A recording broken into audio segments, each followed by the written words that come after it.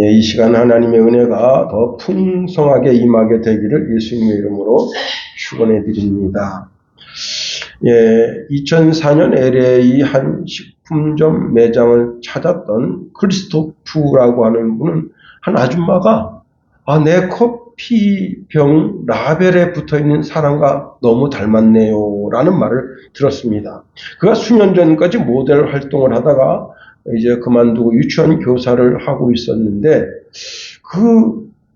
최근에는 이제 광고에 출연한 적이 없어서 반신반의하고 넘어갔는데 몇 주 후에 가게에서 우연히 이제 테이스터스 초이스 커피병에 자기 얼굴이 그렇게 이제 붙여 있는 것을 보게 됐습니다. 그래서요, 혹시나 하고 옛날에 쓴 계약서를 뒤져보니까 1986년도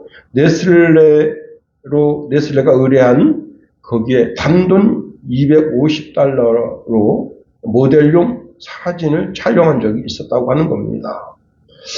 그래서 네슬레가 이것을 마케팅에 이제 이용하게 되면 $2,000를 준다 하는 계약서 내용이 써 있었습니다. 그래서 $2,000를 달라고 네슬레 측에다가 요구했더니 당시 $2,000를 지급했다고 발뺌하면서 지금 그 커피병 속의 그 사진은 당신 얼굴도 아니다. 그렇게 이제 말을 했습니다. 그래서요, 크리스토퍼는 마지막 협상이다. 그렇게 말하고는 $850만 요구했습니다. 그래가지고 이것이 이제 분쟁이 생기면서 2003년 최종적으로 이제 법원에서 판결 났는데 이 사진을 쓴 그때 97년서부터 모델을 썼는데 2003년까지 모델을 썼는데 그때까지 이 테이스터스 초이스가 벌어들인 수익금의 5%를 지급하라 그랬습니다. 그래가지고요, $2,000만 주면 해결될 걸 얼마를 줬는가 하면요, $130만 줬는데, 제가 이제 오늘 우리나라 환율로 계산했더니 얼마냐? 187억입니다. 187억을 줬다는 겁니다. 예. 진짜 $2,000 했을 때 눈 딱 감고 그래요? 그럼 우리가 그동안 당신 얼굴 이렇게 써서 돈 많이 벌었으니 우리가 $10,000 정도 드릴게요 하고 했으면 이 크리스토퍼가 이제 내가 이렇게 말이지 내 얼굴이 이렇게 사진에 개진되고 이렇게 커피병에 있다고 하면서 그냥 넘어갔을 수도 있었을 텐데 하는 생각을 하게 됩니다. 여러분, 세상은요, 신용이라는 것이 중요해요. 계약서를 썼잖아요. 계약서를 쓰고 그 계약서 내용이 이행되는 것이 참 중요합니다. 한 고양이가 건설 현장에서 장갑만 물어갑니다. 그런데 이 고양이가 몇 켤레의 장갑을 물어갔는가 하면요, 600켤레 이상의 장갑을 물어갔습니다. 특히 이제 직원들이 아침에 조회할 때 이제 장갑을 놓아주려고 이렇게 비닐 봉투째 쫙 놔두면 거기서 훔쳐가고, 또 이게 노무자들이 장갑을 놔두면 고양이가 와서 싹 물고 가고, 그렇게 해서 600켤레 이상 물고 가서 이제 그 현장 그 감독이 이 고양이가 왜 장갑만 물고 가는가 하고 뒤쫓아 가게 됐습니다. 그랬더니 이 고양이가 그 장갑을 물고 한 아주머니 집에 갑니다. 그래서 그 아주머니한테 물어봤어. 이 고양이가 왜 장갑만 물고 갑니까? 그랬더니 이 아주머니 이야기가 몇 년 전 아주 비가 억수같이 쏟아졌던 날 이 고양이가 자기 새끼를 물고 자기 집에 왔다는 거예요. 들고양인데. 그러니까 여러분, 비도 많이 오면 사실 들짐승들도 떠내려가 죽게 되잖아요. 그러니까 고양이가 그런 위협을 느껴서 이제 자기 집에 고양이 새끼를 들고 왔을 때 자기가 그 고양이 새끼도 받아주고 어미도 받아줬는데, 이 어미가 이 아주머니 손을 보니까 아주머니가 늘 일할 때마다 빨간 고무 장갑 있잖아요. 한쪽 코팅되고 한쪽 이렇게 면으로 되어 있는 그 장갑을 보더니 그때부터 어디 가서 장갑을 물어오더라 이게. 자기 새끼와 자기를 구해준 그 사람에게 보온하겠다는 겁니다. 보온.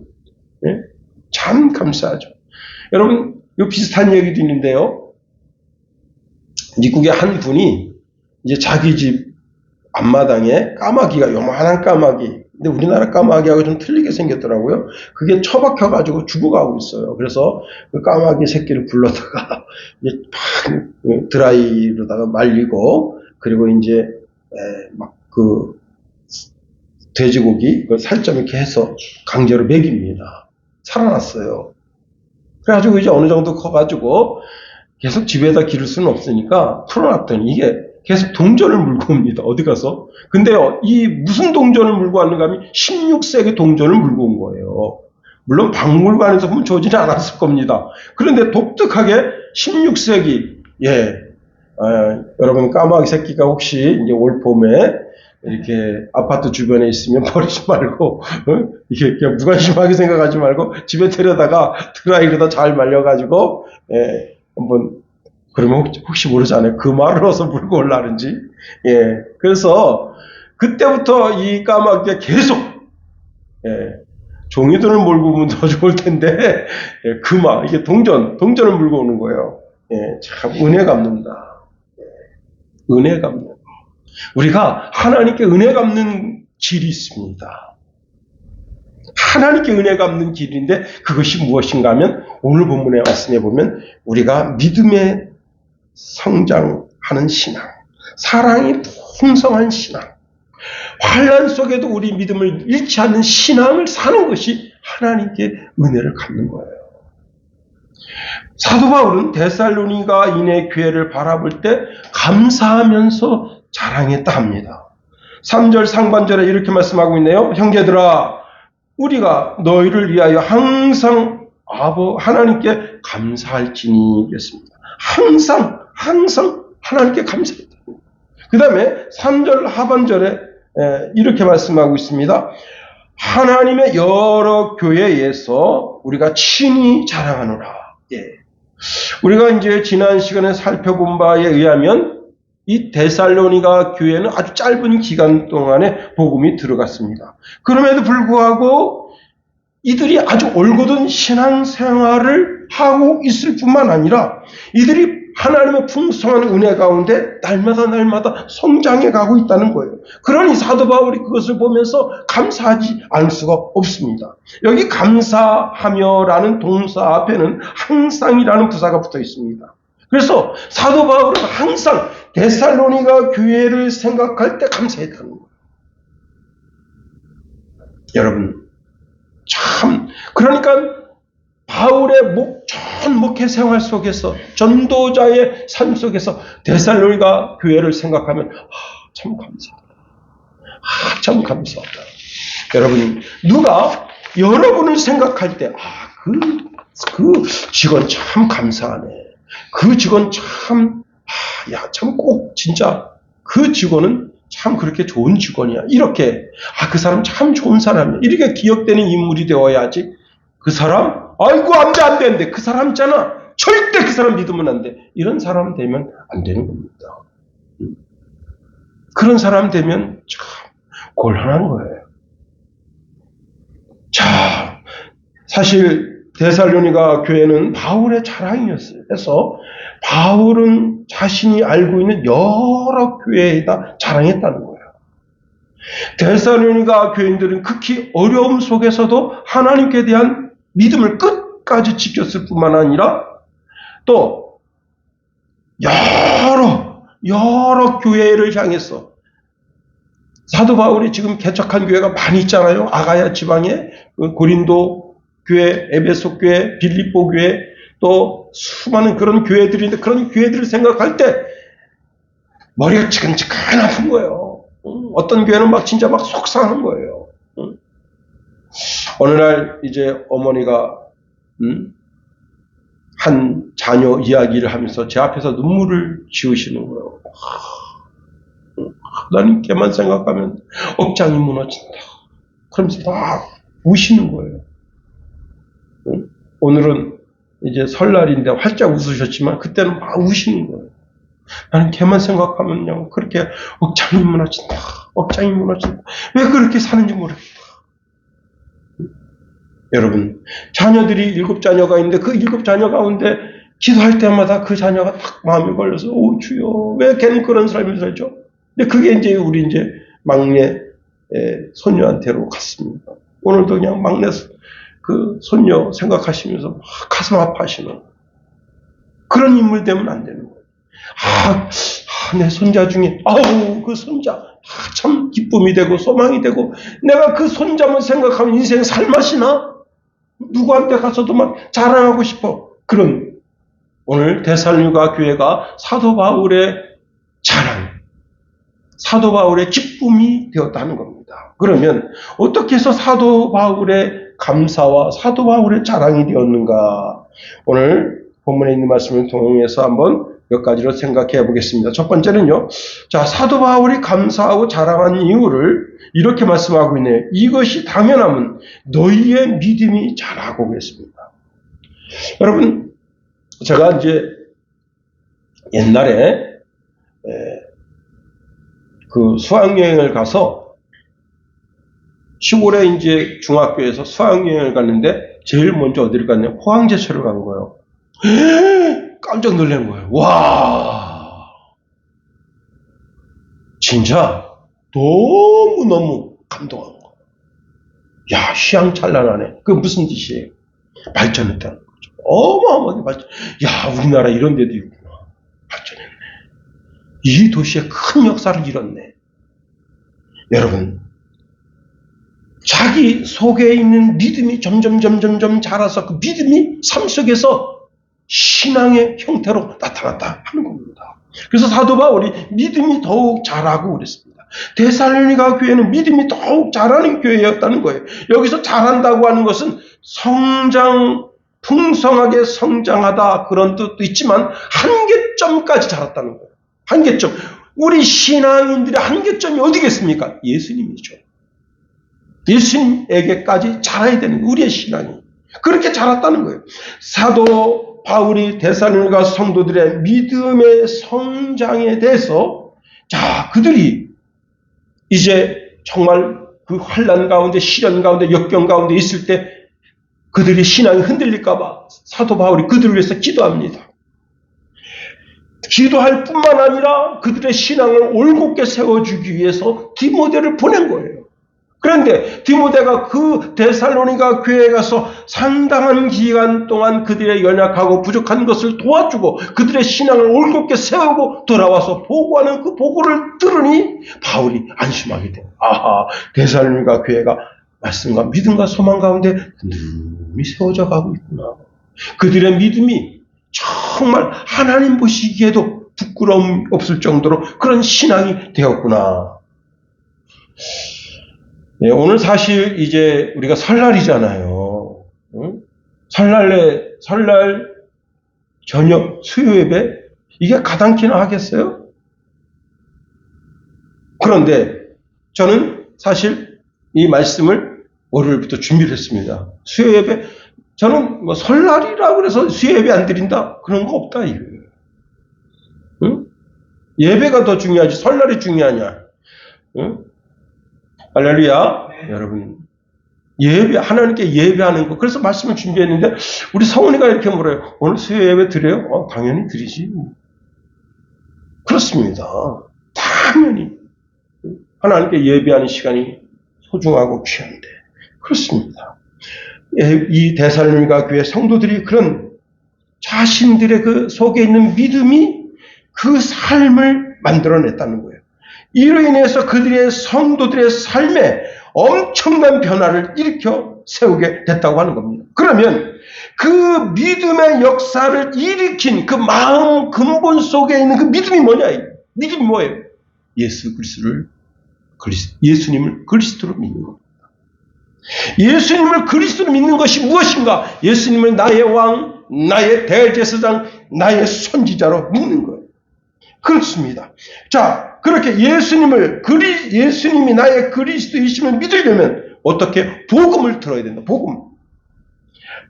바울은 복음을 듣지 않고 어떻게 믿을 수 있겠느냐고 말씀합니다. 로마서 10장 14절 말씀해 보니까 그런즉 그들이 믿지 아니하는 일을 어찌 부르리요? 듣지 못한 일을 어찌 믿으리요? 전파하는 자가 없이 어찌 들으리요? 말씀했습니다. 자, 바울이 데살로니가에 복음을 전하고 이 복음이 이들에게 들어가서 예수님을 그리스도로 믿는 믿음이 생겨난 거예요. 그래서 누구든지 자신 없을로 예수님을 주라고 시인하면, 자, 예수님을 그리스도라고 시인하면 어떻게 해요? 로마서 10장 9절 10절에 보니까 내가 만약 내 입으로 예수를 주로 시인하며 또 하나님께서 그를 죽은 자 가운데서 살리신 것을 내 마음에 믿으면 구원을 받으리라. 사람이 마음으로 믿어 의에 이르고 입술로 시인하여 구원에 이르노니라 말씀합니다. 야, 더 놀라운 것은 그리스도를 주로 시인하고 그 시인하는 사람에게 오늘 본문에는 구원을 얻는다 말씀했지만 그 앞절에는 부끄러움을 당치 않겠다고 약속을 주시는 거예요. 우리가 늘 언제나 주의 이름을 불러야 되는 거예요. 이게 믿음의 사람입니다. 그렇습니다. 여러분이 하나님을 믿는 믿음 가운데 믿음의 역사를 이뤄내는 저와 여러분이 되길 예수님의 이름으로 축원해 드립니다. 그렇습니다. 히브리서 11장 6절에 보니까 믿음이 없이는 하나님을 기쁘시게 하지 못하나니 하나님께 나아가는 자는 반드시 그가 계신 것과 또한 그가 자기를 찾는 자들에게 상 주시는 이심을 믿어야 할지니라. 노아가 어떻게 했습니까? 믿음으로 앞으로 되어질 일을 하나님께 경고받았어요. 세상 물로 심판한다. 너 방주를 만들어라. 그래서 120년 동안 방주를 만들었습니다. 여러분, 그래서 방주를 예비하고 그는 의의 상속자가 되었습니다. 믿음으로 아브라함은 갈대아 우르에서 최악의 조건인 가나안 땅 들어간 거예요. 성경에는 젖과 꿀이 흐르는 땅이라고 했지만 과연 그 땅이 젖과 꿀이 흐르는 땅이겠는가 하는 의아심을 가질 때가 참 많습니다. 왜? 예루살렘 뒤쪽으로 해서 동쪽 딱 보면요, 정말 척박한 땅이에요. 그런데 그 척박한 땅을 이스라엘이 어떻게 하고 있습니까? 젖과 꿀이 흐르는 땅으로 만들고 있어요. 예, 그들이요 원전 터빈을 돌리고 거기에서 이제 나오는 그 전기를 뽑아가지고 그걸 갖다 전부 모든 나무에다가, 여러분 그 아프시면 이제 링거 맞잖아요. 응? 링거 맞는 것처럼 모든 나무 줄기마다 링거줄이 다 가 있어요. 그래서 물을 쫙 줍니다. 야, 그 척박한 땅 거기다가 기부추 농장을 만들어서 그 동네 사람들이 와서 거기를 정말 젖과 꿀이 흐르는, 그 꿀이 뭐냐면 야자수 그 꿀이에요. 그 꿀이 뚝뚝뚝 떨어져요. 야자수를 먹어봤어야지 또. 요즘은 우리나라도 야자수가 많아요. 그러니까 백화점에 가서 한번 사서 드셔보세요. 얼마나 진짜 달아요. 하나만 먹어도. 근데 그 꿀이 뚝뚝 떨어져요. 그 설탕 당분이 뚝뚝 떨어져요. 여러분, 믿음으로 갈대아 우르에서는 뭐였어요? 우상 주식회사 도련님이었어요. 그래서 아버지 돌아가시면 그거 상속으로 6억. 그런데 여러분, 우상 만든 사람 돈 많이 벌어요. 엄청나게 벌어요. 진짜 많이 벌어요. 그런데 그걸 때려치고 가나안 땅에 와서 여호와 하나님의 이름을 부르면서 신앙생활하니까, 그가, 성경은 뭐라고 말씀하고 있는가 하면 그가 그렇게 믿음으로 살았더니 하나님께서 그를 믿음의 조상이 되게 하십니다. 믿음의 역사를, 믿음이 점점 자라서 믿음의 역사를 써내려가는 저와 여러분이 될 수 있기를 예수님의 이름으로 축원해 드립니다. 두 번째로 바울이 감사하고 자랑한 것은요, 이렇게 말씀하고 있네. 너희가 다 각기 서로 사랑함이 풍성함이니라고 말씀하고 있습니다. 자, 이 데살로니가 교회는 사랑이 넘치도록 풍성했다 하는 거예요. 자, 사도 바울은 이 데살로니가 교회 성도들에게 있어서 서로 사랑이 넘치도록 되기를 위해서 기도했습니다. 데살로니가전서 3장 12절에 이렇게 기록하고 있습니다. 또 주께서 우리가 너희를 사랑하는 함과 같이 너희도 피차간에 모든 사람에 대한 사랑이 더욱 많아 넘치게 하사. 여러분, 정말 상대방을 사랑한다면 고압적인 자세로 말을 하면 안 되는 거예요. 더 낮은 목소리로 조근조근하고 부드럽게 상대방에게. 제가 오늘 이제 김관우 집사하고 김관우 집사가 핸드폰 사장한테 70만 원 줬다. 그래서 그 얘기가 제가 이제 핸드폰으로도 여러 사람한테 얘기를 들었습니다. 불러가지고 조근조근 하니까 어때요? 큰 소리를 하려고 했다가도 그 소리가 작아지고. 응? 근데 제가 볼 때 그 핸드폰 값 70만 원이라 그랬는데 최고 비싼 가격 주고 산 거예요. 참, 그러니까 그 사장님이 좀 그래요. 우리 같이 이렇게 그냥 인터넷으로 사면 그거 30만 원이면 사는데, 그걸 그냥 최고 비싼 가격으로 팔아먹고, 아이고, 홍보 하나 잡았다. 그렇게 생각한 거 아니에요? 시골집에 스카이 안테나 2개를 살았습니다. 제가 이제 그 전에는 제 돈으로다가 이렇게 접시를 사서 위성으로 잡아가지고 해드렸어요. 텔레비가 안 나온다. 계속 그냥 두 노인네가 우니까 잘 보게 하려고. 어느 날 외가에 가보니까 우리 처남이 이렇게 위성 안테나를 딱 달아가지고 그냥 KBS도 깨끗하게 보고 다 깨끗하게 보는 거예요. 그래서 내가 저 사람이 하면 나도 할 수 있다. 그래가지고 무조건 사가지고 갔다가 그 안테나 잡는 데만 거의 3-4시간 걸렸어요. 처음에는 이게 잡혔다가 끊겼다. 왜? 기술이 없으니까. 그런데요, 이게 소문이 나가지고 노예에서도 좀 누가 설치해달라. 그래서 가서 설치해주고 또 친구 목사님도 가서 설치해주고 그러다 보니까 기술이 이제 이력이 붙은 거예요. 그래서 탁탁탁탁 하게 되는데 처음엔 그게 아니었어요. 제일 처음에 우리 시골집에 설치하는데 딱 갖다 놓고 설치해가지고 그 별을 잡는데 시간이 그렇게 많이 걸리더라고. 설치는 진짜 1시간도 안 돼서 설치했는데 그걸 위성 잡는 게 그렇게 쉽지 않더라고요. 나중에 위성 잡는 기계도 샀습니다만은 그러고 나니까 일이 없어졌어. 그런데 참 그냥 그렇게 해가지고 그냥 그것도 18만 원인가 그랬었어요. 그 기계가. 위성 기계가. 그렇게 해서 이제 갖다 드렸는데 채널이 몇 개가 안 나오잖아요. 그거는 16개 채널 나오는데, 그러니까 이제 어른들이 이거 남의 집 갔더니 텔레비전 많이 나오는데 그런 걸 좀 해달라. 그래서 이제 스카이로다가 했어요. 근데 스카이 2대가 우리 시골집에 2대가 들어가 있습니다. 그런데 우리 김관우 집사가 만약 그걸 했으면 어떻게 했을까요? 액면가 다 주는 거지. 제가 딱 전화를 해서 우리 김관우가 정신지지자 상급, 그러니까 해달라니까. 그럼 30% DC가 2개다. DC에서 엄청 싸게 하는 거예요. 그때 할 때도 형은 막 이런데, 야, 그렇게 하지 마라. 그렇게 하지 마라. 형이 나 알아서 해줄게. 여러분, 사랑의 마음으로 조근조근 하니까 막 뿔나가지고 막 이렇게 하려고 했다가 싹 수그러들고 그런 거예요. 내가 언성이 높아지면 상대방도 언성이 높아지고, 언성이 높아지다 보면 결국 싸움 되는 거야. 별것도 아닌 것 가지고. 그러나 언성이 낮아지고 더 부드럽게, 더 조근조근. 그렇습니다. 여러분, 사실 믿음과 사랑은 기독교 신앙의 대표적인 것이라 할 수 있어요.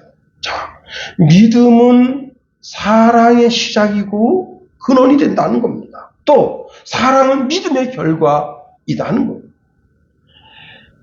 요한일서 2장 20절 21절에 보니까 누구든지 하나님을 사랑하노라 하고 그 형제를 미워하면 이는 거짓말하는 자니 보는 바 그 형제를 사랑하지 아니하는 자는 보지 못하는 바 하나님을 사랑할 수 없느니라. 우리가 이 계명을 주께 받았으니 하나님을 사랑하는 자는 또한 그 형제를 사랑할지니라. 그렇습니다. 사도 바울은요, 가는 곳곳마다 자기가 그 교회에다가 짐을 지우지 않기 위해서 손수 천막 깁는 일을 했습니다. 참 이게 힘든 거죠. 응? 지금 현재 전 세계에 나가 있는 선교사들한테 너가 그 선교지에 가서 돈 벌어서 네가 먹고 살면서 선교 사역하라. 쉽지 않은 거예요. 얼마 전에 이제 우리 교회에서 서울 북로에 선교사 대회를 했습니다. 그때 도미니카에 가 계신 최 선교사님은 거기서는 실제 그런 일을 합니다. 당신이 이제 이렇게 벌어서 그렇게. 근데 그게 그렇게 하기까지 그 이제 기도원도 만들고 그다음에 어린이 그 유치원 뭐 중학교 초중고 이렇게 쫙 있어요. 그래서 거기서 가르쳐 줍니다. 그래서 애들이 전부 다 이 학교에 오려고 그래요. 그 동네 사람들 다 이 학교에 오려고 그래요. 왜? 이 학교 출신 애들은 대학도 잘 가고 취직도 잘 된다 이거야. 그리고 애들이 여러분 사람이 어디 가서 정직해야 되거든. 응? 와서 거짓말이나 술술하고 그러면요 이게 참 일 시킨 사람도요 그 사람 오래 못 쓰는 거예요. 어떤 상황에서는 정직하고 성실해야 되거든.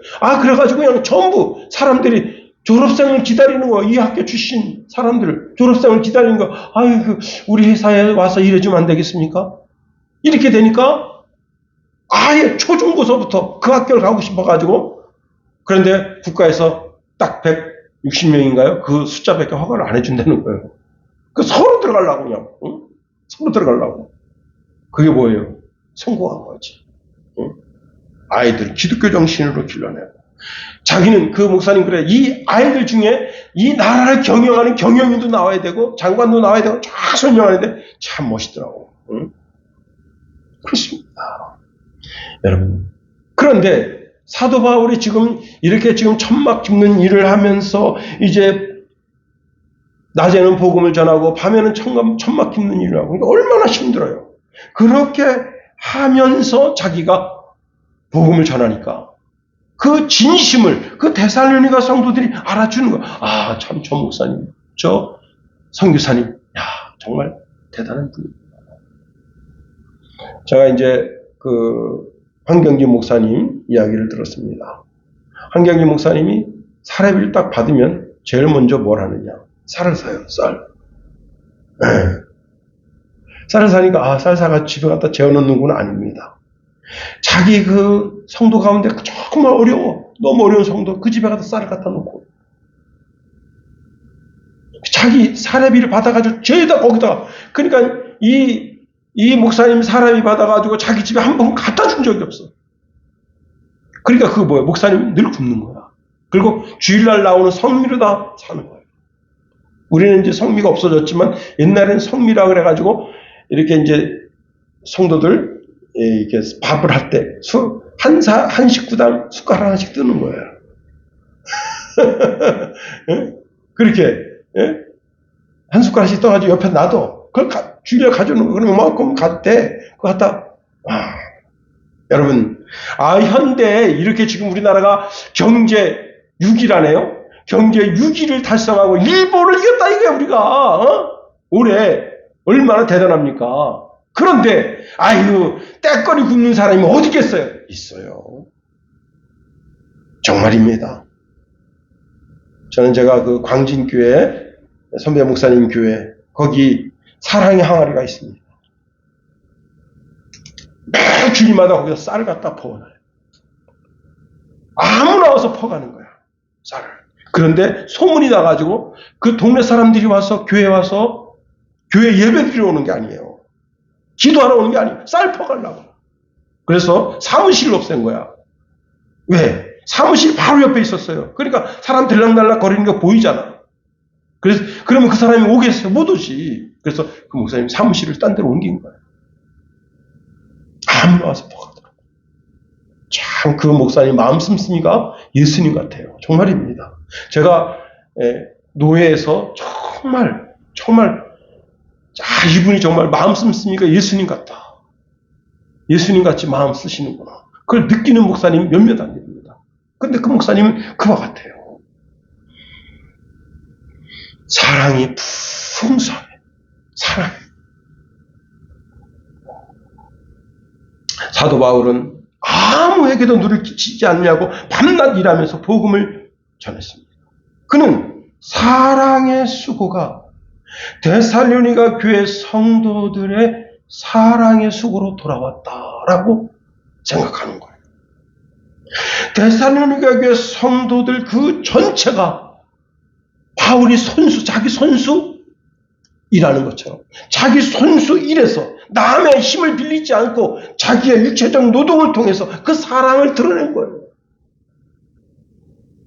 데살로니가 교회 성도들이 병자들을 돌보고 굶주린 자들이 있는가 돌보고, 여러분 그 굶주린 자를 위해서 자기가 육체적인 노동을 해서 돈을 벌어서 그 돈으로 쌀을 사고 양식을 사고 그 다음에 이제 의료품을 사서 공급해주고, 또 모진 밖에 속에서도 열정적으로 복음을 전도하니 그 교회가 사랑이 풍성한 교회가 됩니다.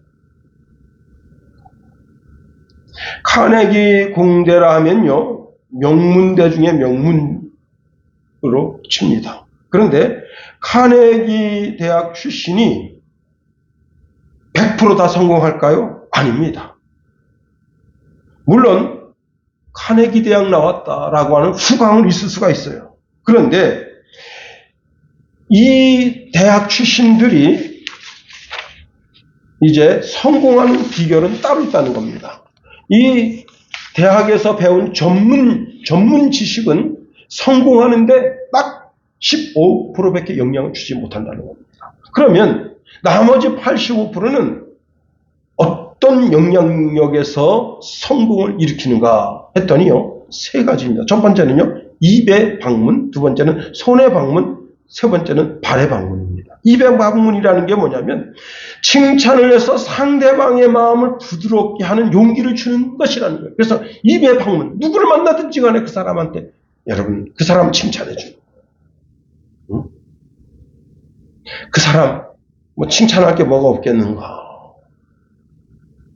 어떤 사람이 옷을 입었는데 옷을 좀 약간 좀 젠틀하게 입었어요.